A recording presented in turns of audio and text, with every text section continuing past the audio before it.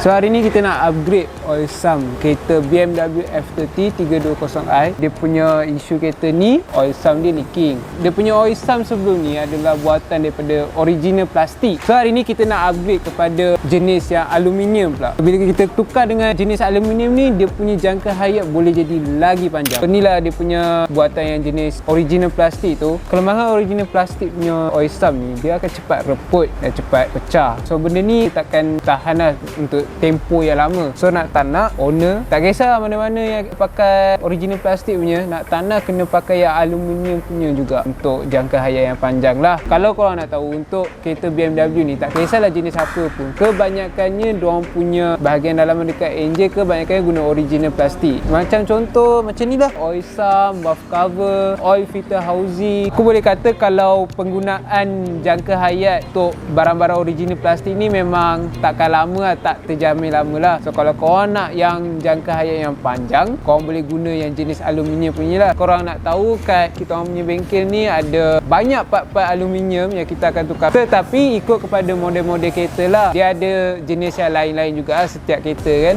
So kalau korang nak tukar ataupun nak upgrade korang punya oil sump ke, buff cover ke, oil filter housing kepada yang jenis aluminium, terutamanya kereta Conti, korang boleh hantar ke bengkel kami, Transmeter Automotive, Seksyen 15 Shah Alam.